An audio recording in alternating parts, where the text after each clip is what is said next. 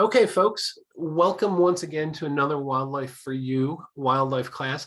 This class is going to be a little bit different. We're not going to be talking about any particular animal or groupings of animals.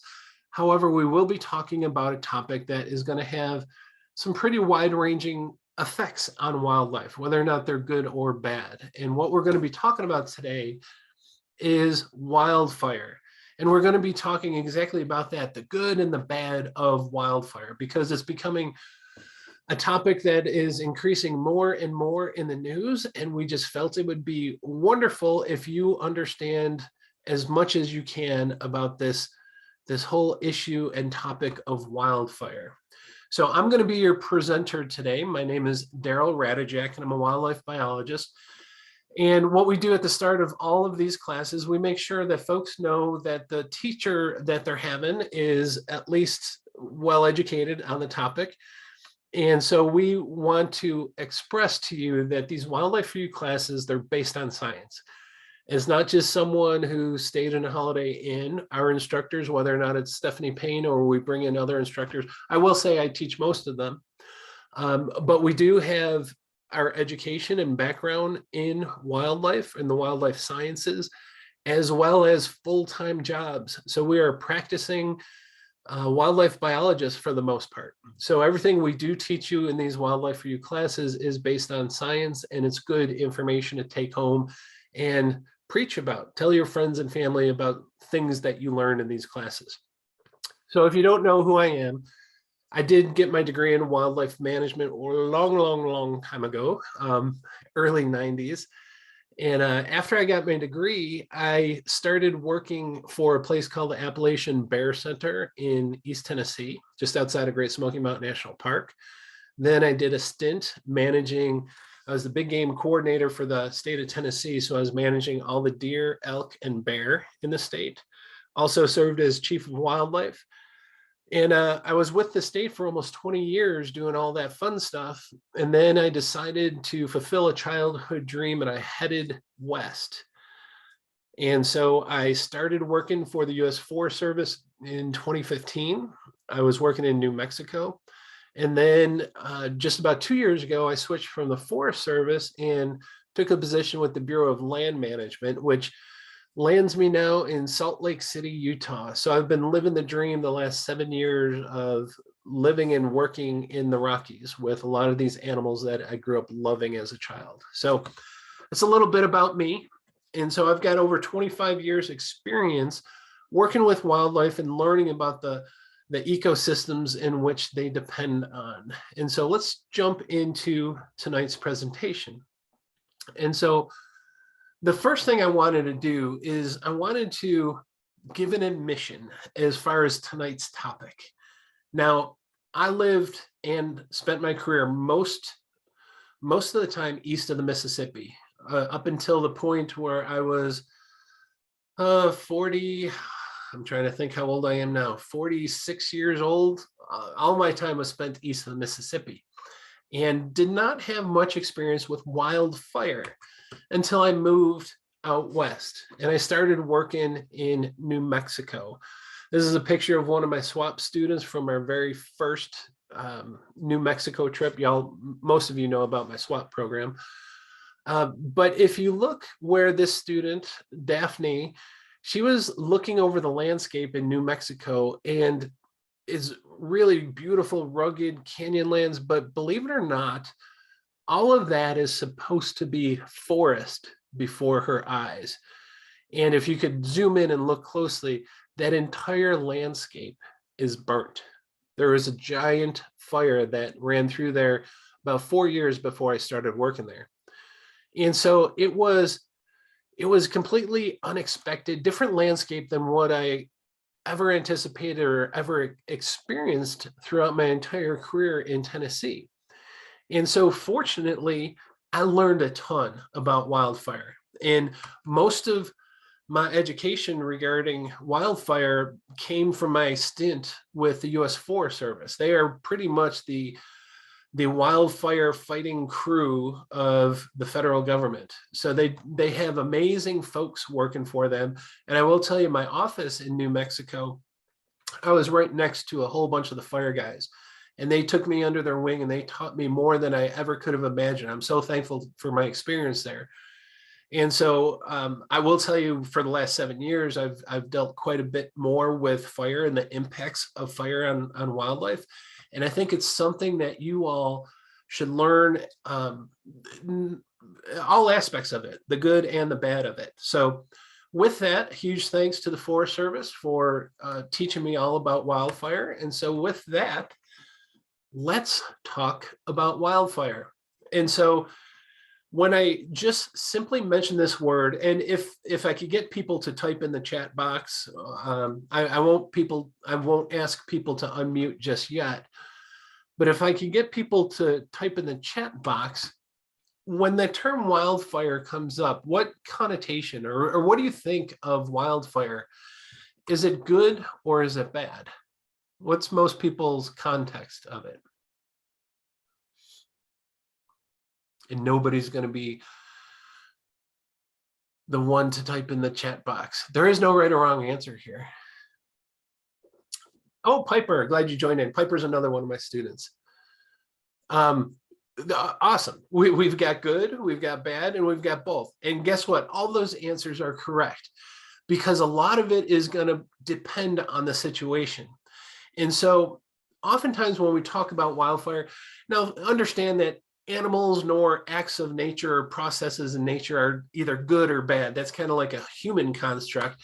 But when it comes to wildfire, there's a better way to think about wildfire and whether or not it is a natural occurring process or potentially an unnatural process. And that's kind of where we lay the good fire and the bad fire.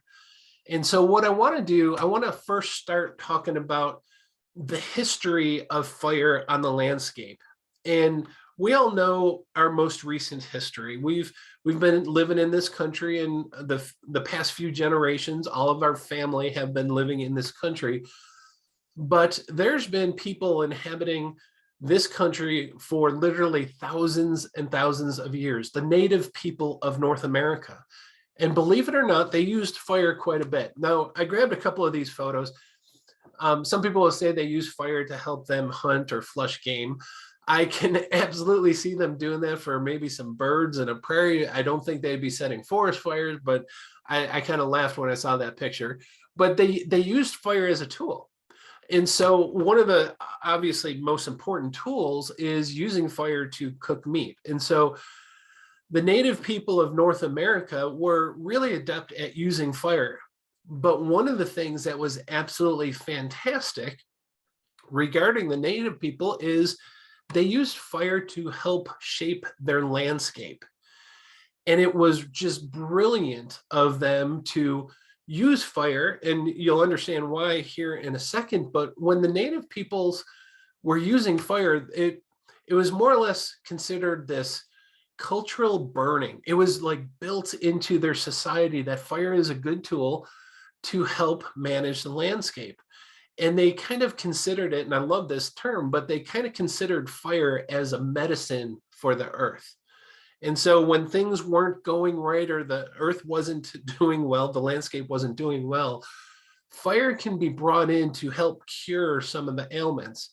And so it was just phenomenal forward thinking by the native peoples for thousands and thousands of years to use fire on the landscape.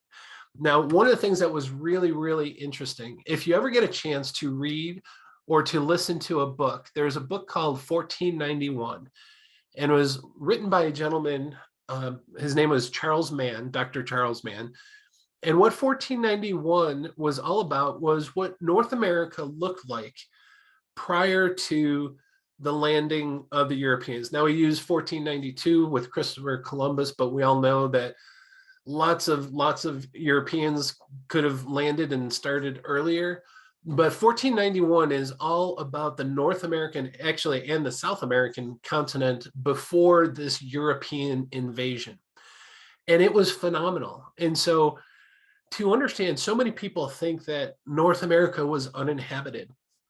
But some of those first explorers just coming to this newly discovered land, oftentimes in their writings, they would talk about seeing smoke on the landscape.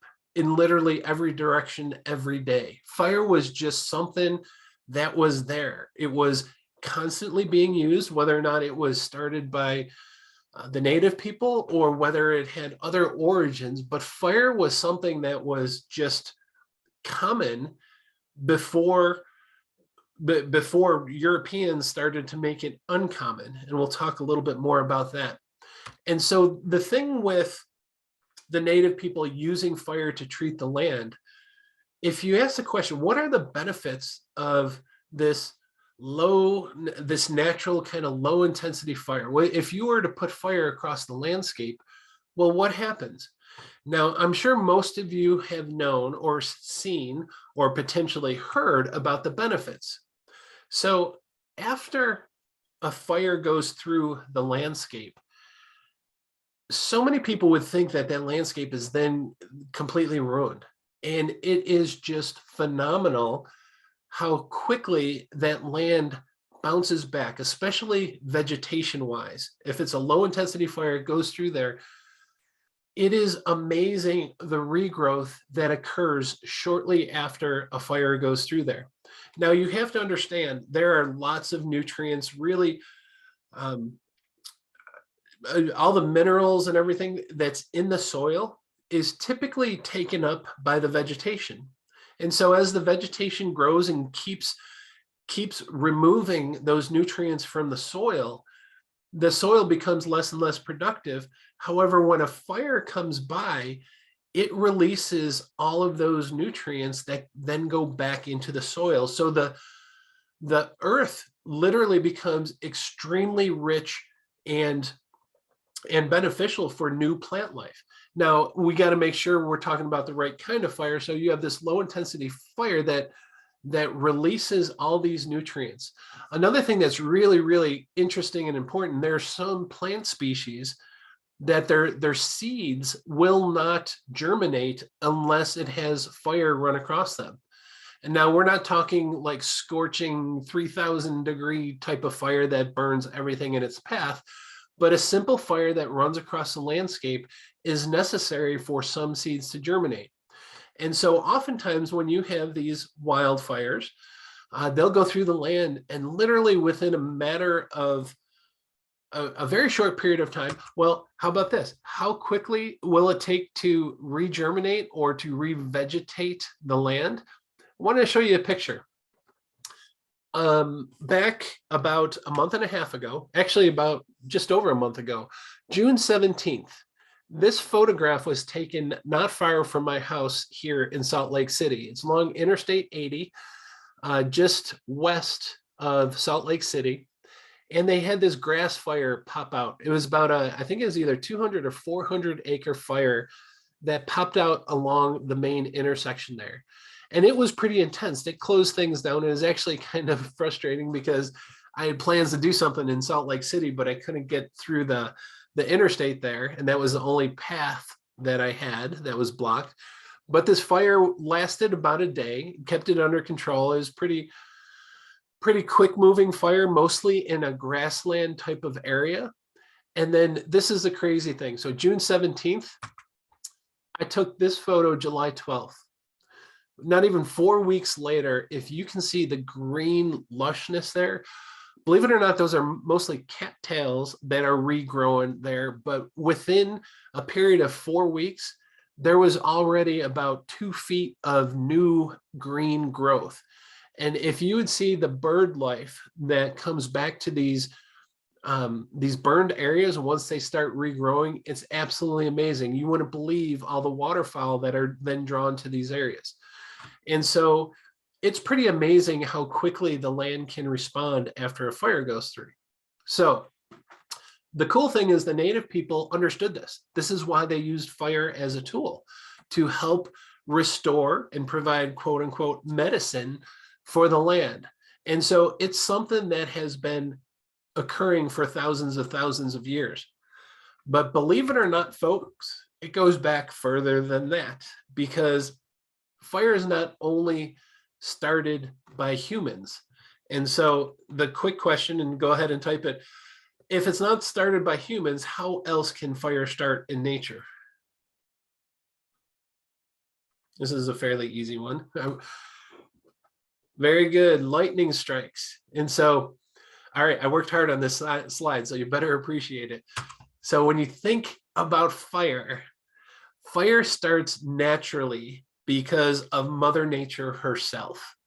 There are lightning strikes that occur all the time, all over North America, all over the world for that matter.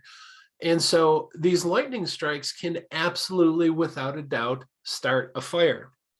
Now, what I found was amazing. This is one of those tidbits of information. I was like, holy cow. I was looking to provide some information about how often lightning strikes the ground. And there's plenty of lightning radar stations all throughout North America. But this one I found, it was a nice little graphic. In the state of Washington, up in the mountains, they recorded, you can see the numbers there, 28,000 cloud flashes, resulting in almost 3,499 lightning strikes to the ground. And that was from Tuesday to Wednesday. So when you have a very powerful storm system come into an area, the ground is going to get struck by lightning almost nonstop while that storm system is passing through. So I want folks to understand that first off, lightning and fire is completely natural. And the thing is, it happens a lot. A lot of times we'll think of lightning and it's like, oh, getting struck by lightning, what are the odds? Well, the odds of the land getting struck by lightning are pretty darn good because it literally is happening nonstop somewhere in North America. And so because of that, because of the amount of lightning strikes we have, ecosystems have evolved with fire. So it's unlike the native people who've been using fire for thousands of years. The earth and the ecosystems have been evolving and adapting to fire for millions and millions of years. And so it has truly, truly shaped the way our ecosystems have developed. And so what I want to do is I want to talk about wildfire and nature's way. How has Mother Nature shaped the ecosystems and how have they adapted to wildfire? And so one of the things I'm going to throw out, this will be the only really technical thing. It's part of what I learned at the Forest Service from the firefighting folks. And they taught me this term about the natural range of variability. I'm going to put the definition up there. You don't have to study it. You don't have to remember it. But whenever we're talking about an ecosystem or how the land was, we talk about the natural range of variability. And what that refers to, it's the whole gamut, that whole spectrum of the states and processes that are encountered by an ecosystem over a long period of time. All right, that's a complex, nerdy term of the way of thinking about it. But I love how they explain it here. It's because so many ecosystems have been altered by these European humans. We're not talking the native people that were here, but once the Europeans came here, we started altering the natural ecosystems. So when we're talking about the natural range of variability, we're talking about what the ecosystem was like before any of these major changes were brought about by these early Europeans. So if we're talking about, oh, what were the forests like? What were the grasslands like? What were the marshes like? And we talk about the natural range of variability, we're talking about what were they like kind of before this European settlement. But the easiest way to think about it is what was nature like before we messed it up? Because we have this uncanny ability to screw things up with the more we try to manage them. And so I'm going to show you a map here, which I absolutely love because this talks about the natural range of variability of our landscapes in North America based on the rates of wildfire. And I'm going to let you kind of, hopefully you'll be able to see it okay, especially if you're on a computer. But I'll try to talk through this. And what this map shows is how often there was wildfire on the landscape.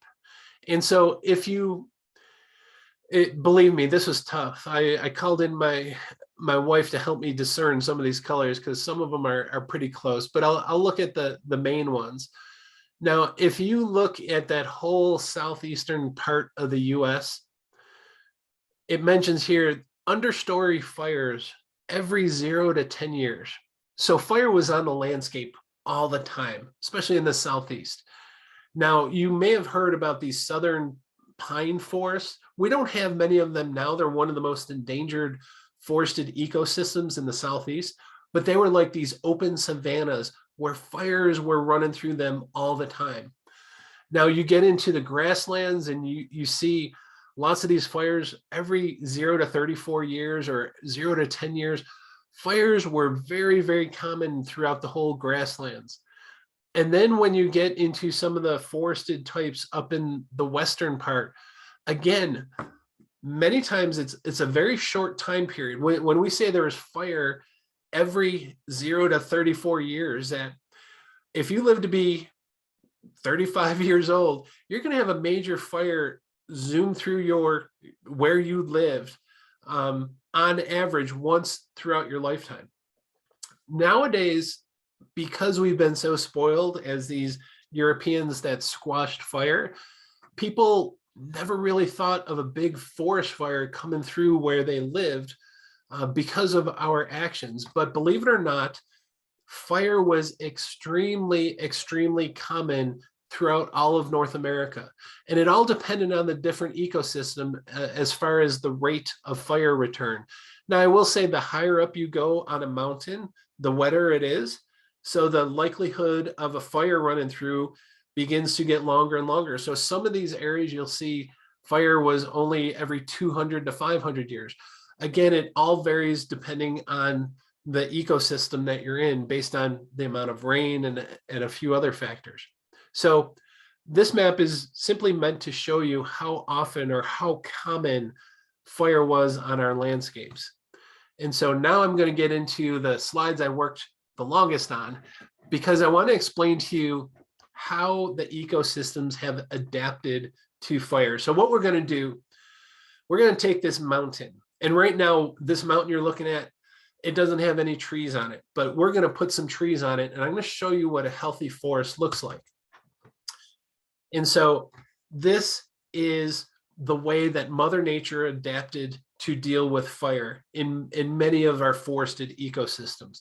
So you have these trees spread out all along the landscape.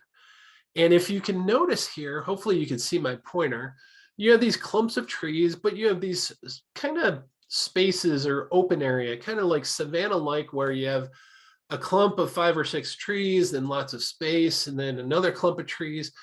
And what has happened, this is a very just amazing adaptation for these forested ecosystems, because what happens is you have a severe storm system move in, and obviously from that weather map I showed you before, lightning is going to happen. So let's throw some lightning down from this cloud, and it hits in a couple of places in this forest or on this mountain. And what it's going to do, it's going to spark a fire. It's going to hit a tree. Invariably, some of the trees will catch on fire. Not all trees catch on fire all the time, depending on how dry they are or how wet they are. But say this cloud sets a couple of trees on fire.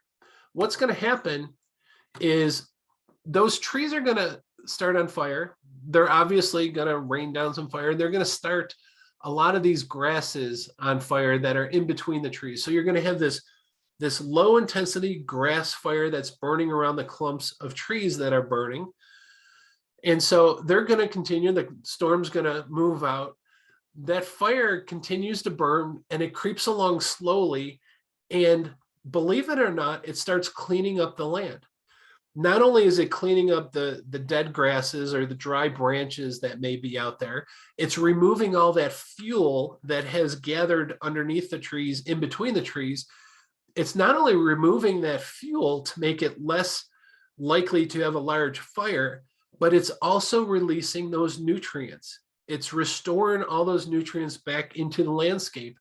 And so what happens is, after that fire goes out, what are you going to have? Believe it or not, you're going to have new growth. And so it's really beneficial for these small pockets to experience fire. Some of the trees will be lost, absolutely. But then those low intensity burns that creep across the landscape, and I'll show you some examples. And so here are some of those fires that may have been started, a tree may have started, but then it starts those fuels, those smaller fuels, whether or not it's the grasses or the dead branches, and it begins to slowly creep along the forest floor, and it's releasing those nutrients. Remember, this is not a super high intense fire. And so it starts burning those grasses, restoring that soil with some just amazing nutrients. And because it's creeping along, it's not reaching up into the trees. And so you can see like these aspen and a lot of these other taller pine trees, they don't have branches at the base. So it's not going to catch the whole tree on fire. This fire will creep along and oftentimes bypass a number of the trees. Now, I will tell you, if you have a system where you have a mixture of trees that have low hanging branches, obviously those are going to flare. It's going to kill those trees, but that's okay. But this low intensity burn moves through the forest. And literally what happens is, because some of the trees are spared, you see there's not many ladder fuels where it could climb up this tree. So this tree will stay, some of these bigger trees will stay. And what this fire creates is this patchwork, this mosaic of old and young trees. And it's all because of fire and the way it has adapted over literally millions of years.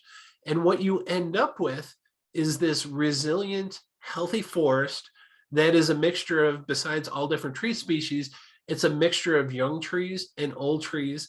And a lot of that has been shaped because of fire on the landscape. And one of the things I learned when I went out west and I started working for the Santa Fe National Forest, I learned that you never ever want to ride with an ecologist because he will ruin your day. Now, when I moved out there, I thought the landscapes were absolutely gorgeous. I thought they were beautiful. I was used to these really thick, lush forests in the east.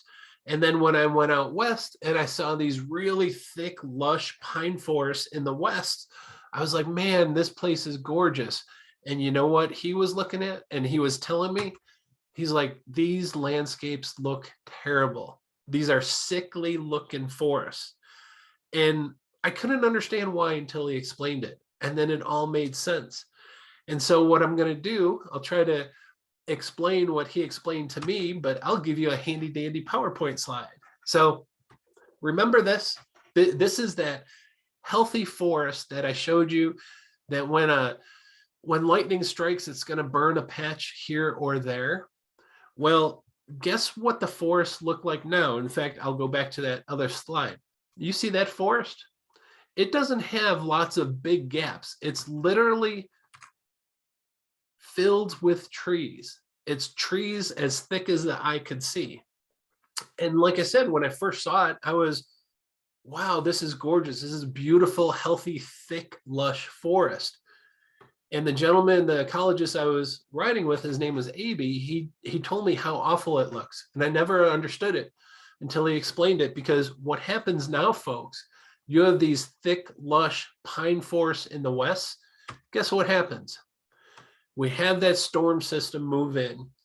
And once again, it's going to send down a bolt of lightning, and it's going to start a fire in one of the trees, or it's going to start one of those trees on fire.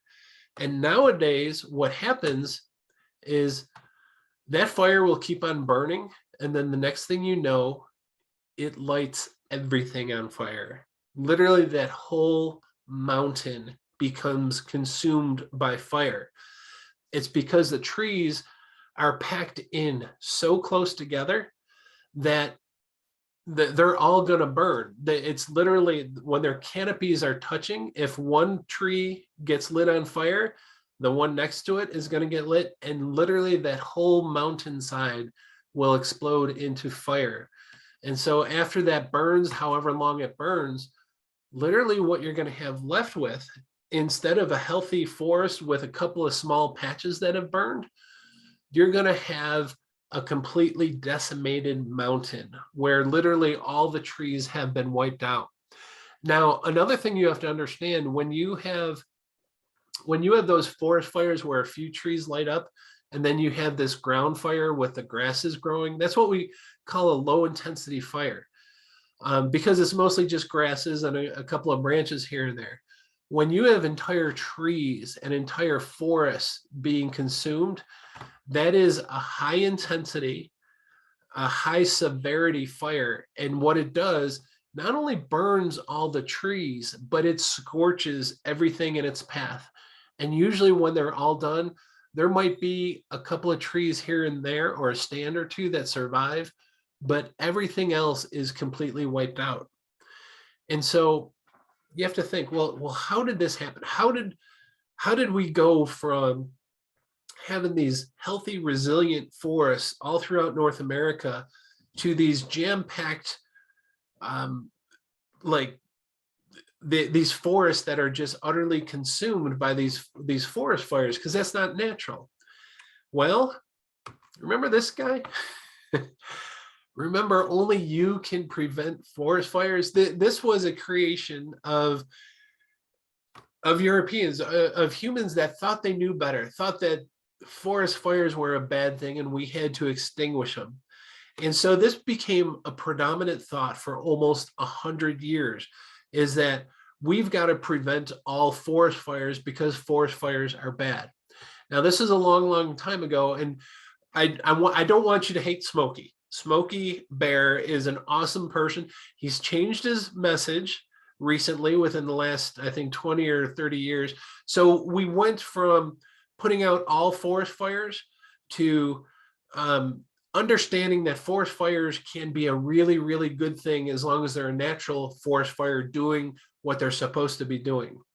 Now, I will tell you, before you go start hating on Smokey, there's a couple of things that are really interesting, and I wanted to throw this out. First off, like I said, fire prevention, it wasn't just because of Smokey Bear. He was started, I think, 1950, but fire prevention in North America started well before that. We're talking mid to late 1800s. In fact, there was a couple of events that really set the US government to say, forest fires are bad, we've got to stop all of them. And one of them, if you look at the little cliff note I have there, the Peshtigo fire in 1871.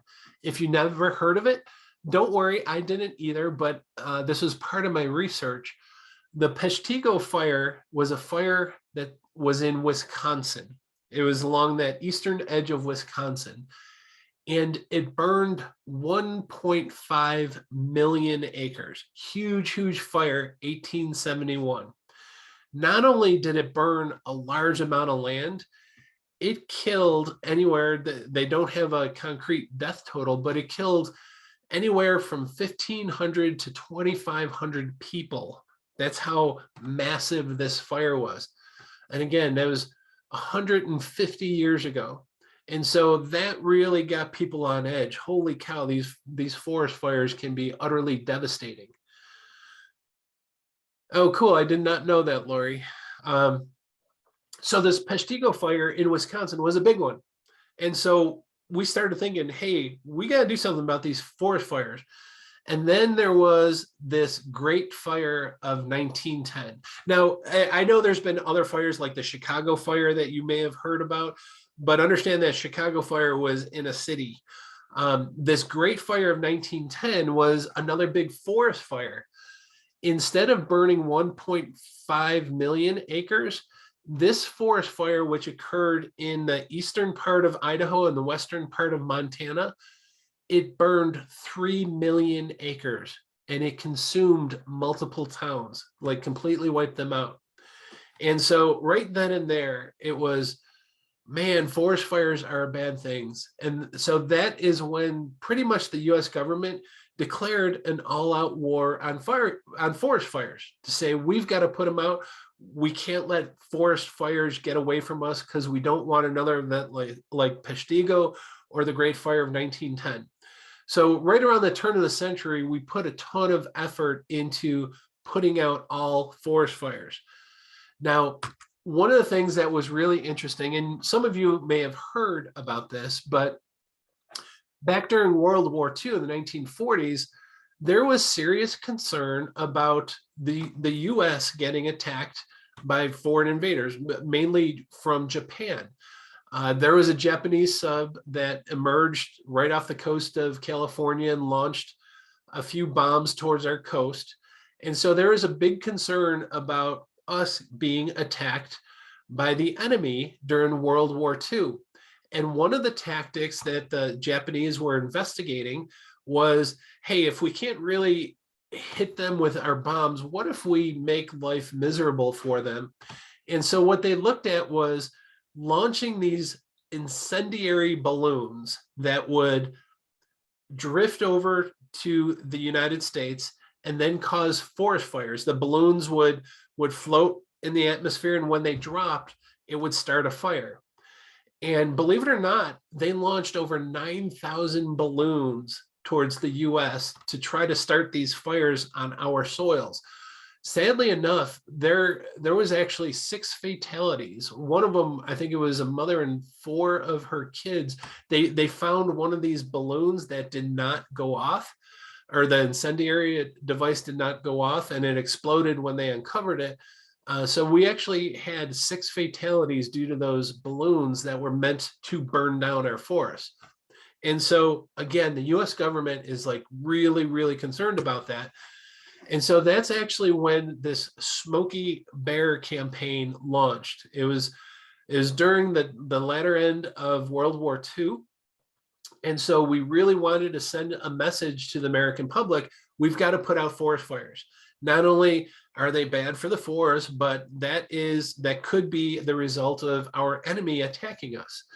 And so Smokey Bear campaign was released 1944, August 9th, 1944. So believe it or not, that's Smokey's birthday. And shortly thereafter was this Disney film that was released called Bambi. And if y'all remember that movie, there was a large forest fire in that movie that really made forest fire look to be evil. It was a terrible, terrible thing. And so beginning in the 1940s, we were really rampant about making sure we put out all forest fires. And so one of the things that was really interesting, I wanted to throw it in. So Smokey Bear was actually a figment of someone's imagination. They named it after a gentleman who helped with that campaign. But about 6 years later, there was a big forest fire in New Mexico in the Lincoln National Forest. And it was that Capitan Gap fire in 1950. And there was a small black bear that got burned in that fire. And you can see the little bandage on his leg. And he became quite the celebrity. And he became the real live version of Smokey Bear. And the cool thing was it came from New Mexico. Believe it or not, I was working a little booth in the middle of nowhere, New Mexico, and a gentleman came up to me, and he was a descendant of the person that rescued the bear, and he had these original pictures.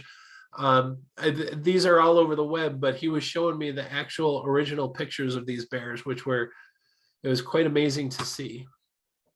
So anyway, lo and behold, you all know this, Smokey has become one of the most recognized figures in all of North America. But what that did, it pretty much put an end to forest fires for decades and decades. So 1960s all the way up to probably the 1980s and 1990s, forest fires, as soon as they started, they were squashed. It was full fire suppression. And so we had decades, or almost 100 years, of not many fires burning on our landscapes. So what are the consequences of no fire for almost 100 years? So let's go back to my handy dandy slide. Remember, this is the photograph of a healthy, resilient forest that is well adapted to fires. If a fire starts in there, it's going to burn a couple clumps of trees and then go out. And it creates this mosaic of burnt areas and unburnt areas, and it's extremely healthy, resilient forest. But when you don't allow those fires to burn, guess what? Those forests keep growing more and more trees. And pretty soon you had this overly dense forest. It amazes me how many people think that we're just cutting too many trees and we're destroying the forests of North America, when actually we oftentimes, in most areas, we have more trees there now than we have ever had throughout the history of North America. And so sadly, when these forests grow up and become extremely dense, it creates conditions for these uncharacteristic high severity fires that literally destroy everything on that mountaintop. So instead of having a natural fire, a good fire that will come in, burn a couple of trees, and then removes and releases all these nutrients back into the soil, instead of having a good fire like this, we end up with having fires that look like this.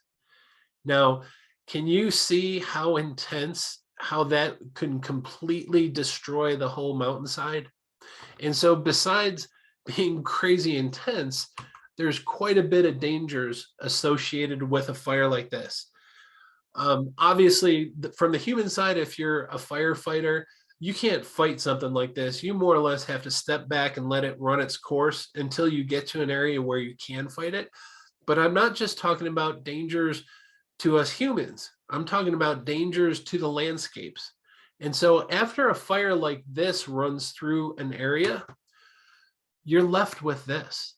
It's literally tens upon tens of thousands of dead trees, these snags. And so there's a tremendous fuel source that still remains there. It's all these standing dead trees, tremendously dangerous area, because if you're in an area like this, especially after a few years, these trees fall extremely easily. And so these areas are not a really good area to be in once you have these tens and tens of thousands of standing snags. And what I mean by snags is these dead trees. What's even worse than those dead trees is what it does to the soil. So remember where I said this low intensity fire comes through and it releases the seed source and it returns the nutrients to the soil? When you have a fire that is extremely intense, extremely hot, call it a high severity fire. And what it does, it actually scorches the soil and makes it unproductive, sometimes unproductive for literally hundreds and hundreds of years, because what it does, soil consists of not only the nutrients that are in there, but the seed sources, as well as all the biological organisms within there, the insect life, the lichen, the molds, everything that's in there that makes that soil healthy is completely destroyed. And it's literally going to take hundreds of years for that soil to return to the productivity that it had before the fire. And so it does really, really bad things for soil, these high intensity forest fires.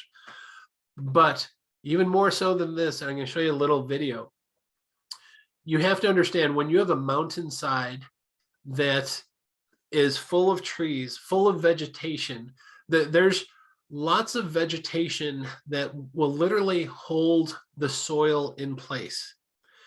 When you have this high severity fire that then runs through and burns all the vegetation, removes all the vegetation, and it only leaves the soil left, this is what you could end up with. And you've heard of the flooding and the mudslides after a forest fire. It is because there's no vegetation to hold the soil in place. And if you get a heavy rain on a mountain that just had a large forest fire, this is what you're going to get.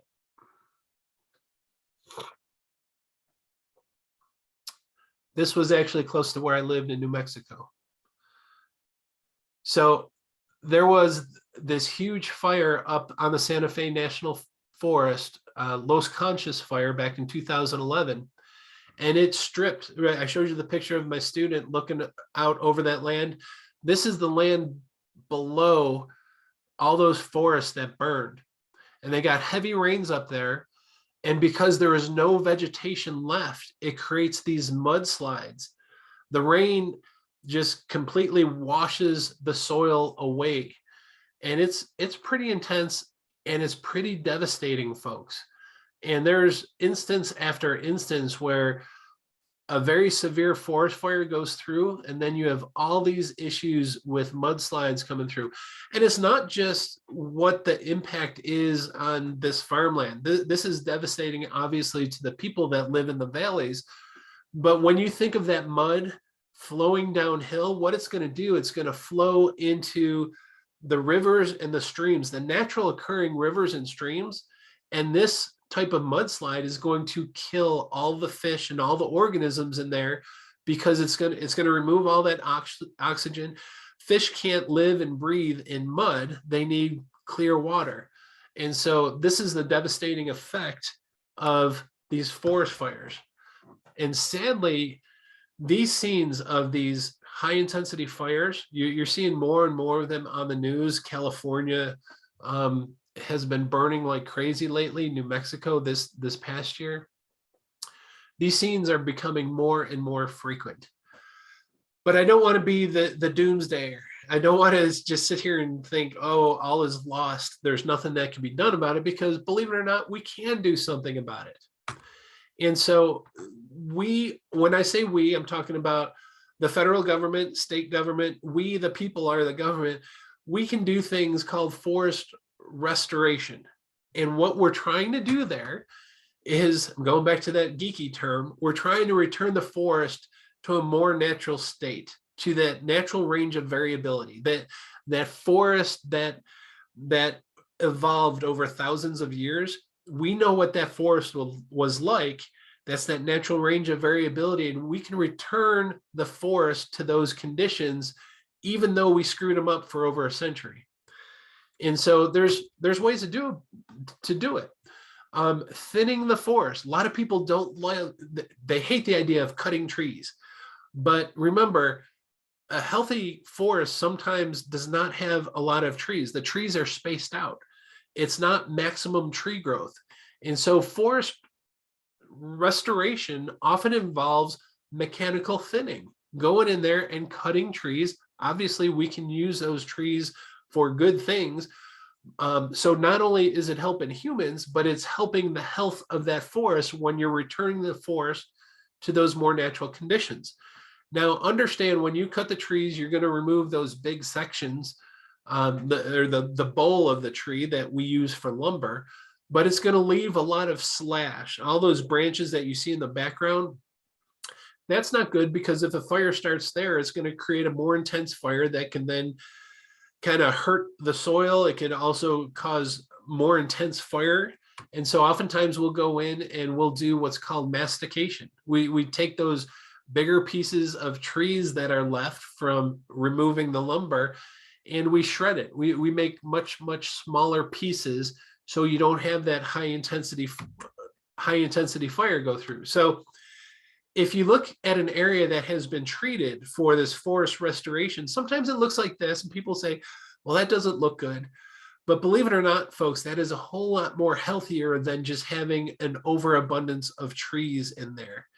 And so the good thing with this is, once you return the forest to these conditions where the trees are spread out and there's smaller pieces of fuel on the ground, you can then come in there and do prescribed burns. Because remember, that natural forest fire is going to be a low intensity forest fire that's going to burn a lot of those lower level fuels. And it's really healthy. It's returning the nutrients back into the soil. It's keeping that forest really, really healthy.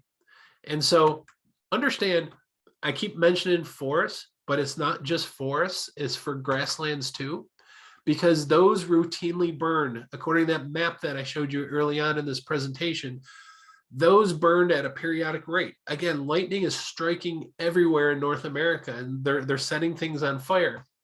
And so even those grasslands will burn. And we're finally learning, after hundreds of years of living here, that fire on the landscape is a really healthy thing if it's done in a more natural type of situation. And so it looks like we know what we're doing here by setting these grasses on fire, but then it makes you realize, man, those native people really knew what they were doing, because They were doing it for thousands of years before we stepped foot on this land.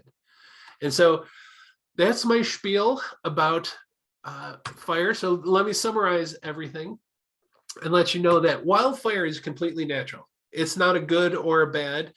It has been happening for millions and millions of years. So it's a completely natural phenomenon. The cool thing is, in most situations, those natural fires provide tremendous benefit. They will reset succession. They'll clear out some trees. They're also going to return nutrients to the ground so new vegetation can sprout. Nowadays, when you see these forest fires that are way intense, they're unnatural, and they're often devastating because they're higher intensity than what we're used to. Unfortunately, many of those are usually the result of man's actions. And I will say, for 100 years, we've been putting out fires. And so it's caused these forests to grow overly dense. And so we're getting these devastating forest fires because of our desire to put out forest fires for a long, long time. Anyway, the cool thing is, all is not lost. We can improve our landscapes. We've got lots of fantastic work going on in every national forest, on BLM lands, all throughout North America. In the East Coast, where you don't have as many public lands as you do in the West, more and more private property owners are now seeing the benefit of fire, and they're actually using their fire services to burn some of their land back. You got to be really, really careful. But it's just amazing the fact that we're finally putting fire back on the landscape. And so with that, I'm going to say thank you, and I'll answer your questions. It's no problem if you have a question and you want to either ask it in the chat, or if you do want to unmute your microphone, we'll just have to take turns here. But before I get to the questions, you all know about these classes that we teach. We have the website, Wildlife for You. Myself and one of my colleagues, Stephanie Payne, we've done a podcast. We haven't done any in a number of months because of her house building that is going on. But the best way to follow us to know what classes are coming up is just follow Wildlife for You on Facebook. And by all means, please provide comments. We want to hear the good and bad of what we teach. And last but not least, we love teaching these classes. We've taught quite a few. I think we're approaching 80 classes that we have taught. And we do this for a reason, is because we want to educate the masses on how to live with wildlife. Because remember, folks, when it comes to wildlife, your knowledge often means their existence. So with that, I will go back to my thank you slide. And if you have any questions, by all means, put them in the chat, or if you want to unmute yourself, you can go ahead and do that as well. We'll try to go one at a time though, if we can. So, okay. Lori Gunter asked the first question, and she said, what are your thoughts about how people have built homes in fire-prone areas, and then firefighters are kind of forced to put them out? Well, we're not going to stop people from building in areas that they want. I totally get where you're coming from, Lori. And put it this way, if I had the choice of building a house up in the mountains or building it amidst this sea of development, I would love to have a house up in the mountains. And so with that, whoever builds in those areas that are prone to fire, they're assuming the risk. Now there are things, and I believe Jan was mentioning earlier, there are fire-wise tactics that you can take. So if you do have a house that is in an area that could be prone to a forest fire, there are things you could do around your house to make sure there's no fuels next to your house, to make it a little bit safer for you so you don't lose your house. However, having said that, you have to understand you may be putting firefighters at risk, because whenever a fire breaks out, one of the things that they're doing, and it's just amazing the coordination it takes to fight these forest fires, but one of the things they do is they start summarizing the values at risk. Obviously, they're going to put human life first and foremost. They put their firefighters' lives first and foremost, but if they can save people's houses, they will. But if it gets too gnarly for them to try to do that. We're going to pull the firefighters out of there because it's not worth risking a human life to save a structure. And so I guess the bottom line to your question, Lori, is if people build houses in areas that are prone to forest fires, they have to be willing to accept the risk that one day they might lose their house and they have no one else to blame but themselves. So any other questions from out there, whether or not they're in the chat, or if you want to unmute yourself, by all means, go right ahead. Did you learn something? I will tell you, I learned quite a bit when I moved from Tennessee out to New Mexico. The fact that fire is so much a part of the landscape in the West, and it was part of the landscape in the East, but it's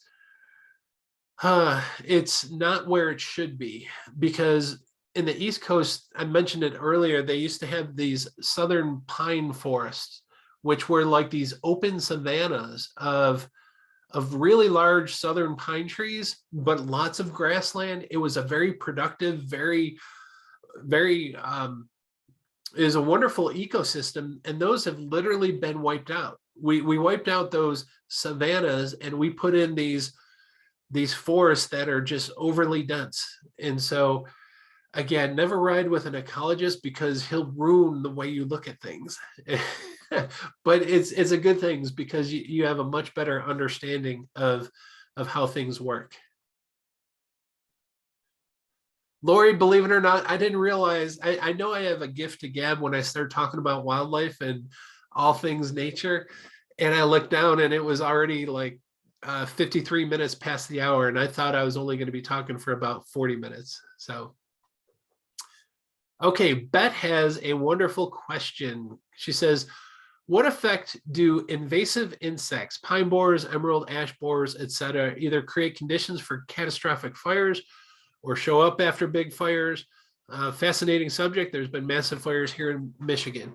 Now, first and foremost, invasive insects suck. I'm sorry for the English there, but invasive insects are ones that normally would, well, put it this way, non-native invasive insects are causing problems or causing issues when they never ever used to do that because they weren't native to North America.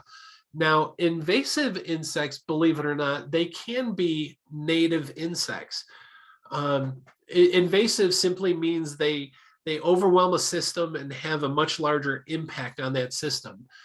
And so there are a number of insects, and I know you mentioned the emerald ash borers and pine borers that can come through and start devastating trees and large swaths of trees. Now, I will tell you, if it's a naturally occurring insect, that is simply Mother Nature's way of resetting the forest. Once a forest gets too old, there is going to be something that quote unquote resets it, whether or not it is a fire. It could be a tornado or a hurricane that blows down all the trees. It could be this insect, this naturally occurring insect that resets the trees. You have to understand these things have been evolving for millions of years. And so those naturally occurring episodes of insects causing die-off is not necessarily a bad thing.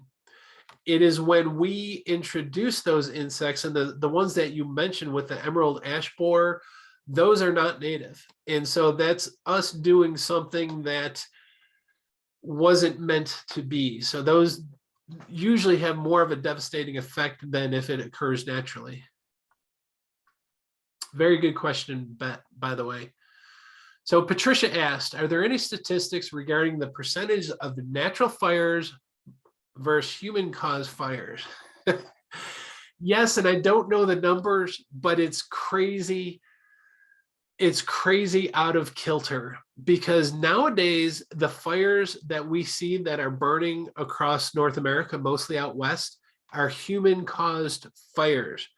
In fact, sadly, if you have been following the wildfire situation for the last couple of months, there have been some hugely devastating fires in New Mexico, 350,000 acres on one of them, 300,000 acres on another. I know the one was caused, believe it or not, it was a prescribed fire that got out of control. And so that is by far the least likely start of a fire, because usually prescribed fires are very well managed.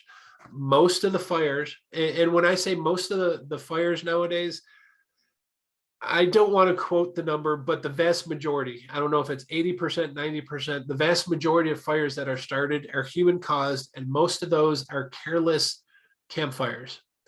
It was sickening to see how many people we have to send out there to patrol, especially on those, like the Memorial Day weekends, 4th of July weekends. And when those forests are extremely dry and hot, we'll put fire restrictions on those forests to say, you can't have an open campfire unless it's in a designated camping area. Or sometimes we don't even allow those. Even in designated camping areas, you're not allowed to have a fire unless it can be controlled by a valve. So you can have a propane stove or something like that, but no fires, because those sparks can easily blow. And sadly, every single year there are hundreds, if not thousands, of fires that start because someone was careless with a campfire, and the wind blew and sparks flew, and before you knew it, they're scrambling to put out a potential forest fire. And so the vast majority of fires, Patricia, are human caused. Now, I will tell you, if it's a human caused fires, usually the first thing is that fire suppression. What was so interesting working on the Santa Fe National Forest was that oftentimes we would have a lightning strike that would start a forest fire. And it was so amazing to watch these specialists work to say, you know what, we're going to let this burn. We're going to, if there's something of value, whether or not it's a town or some houses, they'll obviously protect those. But those natural fires nowadays, they'll step back and say, all right, we're going to let this burn up to this point, and then when it gets too close to this town, we'll suppress it.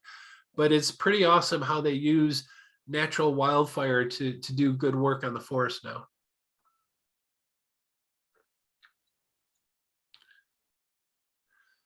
With natural slow burn, wildlife can move out of danger. Yes, very good point, Jan. One of the things that most people, especially on this class, are very concerned about is the wildlife. And so with a natural fire, the way things should have been, where you had those pockets of fire that would be burning on a mountainside, wildlife just move out of the way.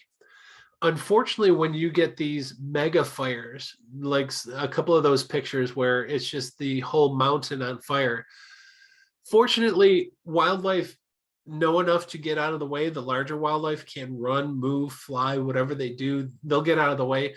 But obviously, a fire that big, besides being intense heat, it moves really quickly. And sadly, there are wildlife that are consumed by those mega fires. And so you see some of those stories about mountain lion cubs or bears getting burned. Those are some of the bigger animals. There's lots of smaller animals that can't escape those fires. So those mega fires are not only devastating to the landscape, but they can be devastating to the wildlife that are there if they can't get out of the way. So yes, we do unfortunately lose quite a bit of wildlife with those big fires.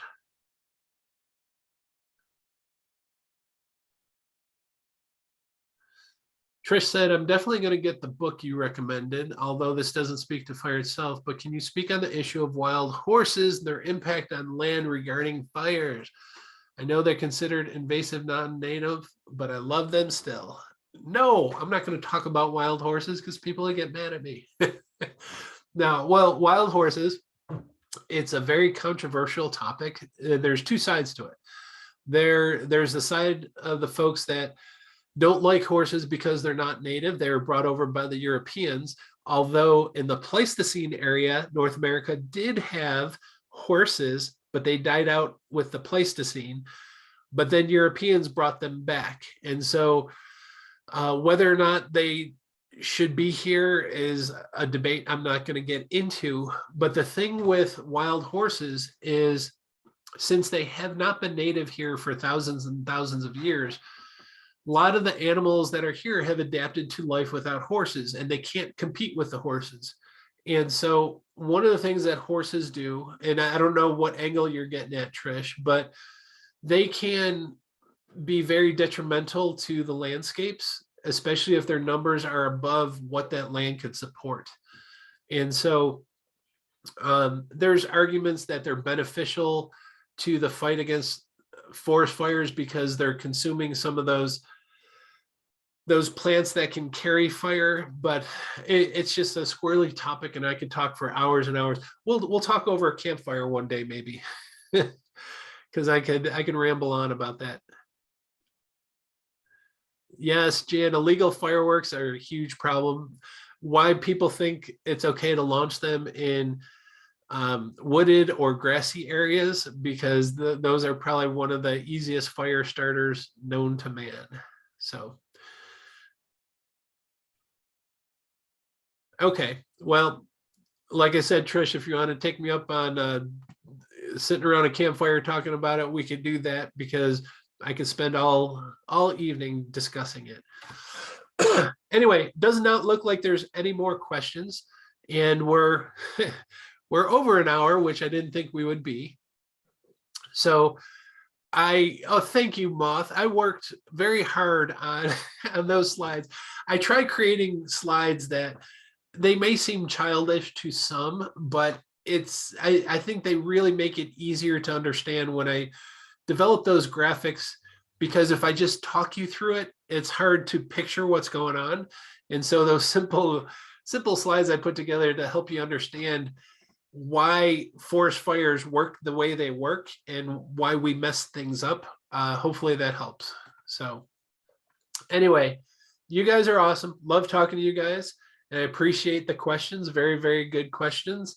And with that, if you don't have any more questions for me, I'm going to say have an awesome rest of the night, and we'll see you on the next webinar. And I can't remember what it is. Usually I put a slide in there. It just dawned on me I forgot to put a slide about what the next upcoming talk is. So hey, not only was that cloud rolling over, you saw the lightning flashes in there. That I spend way too much time on my slides sometimes.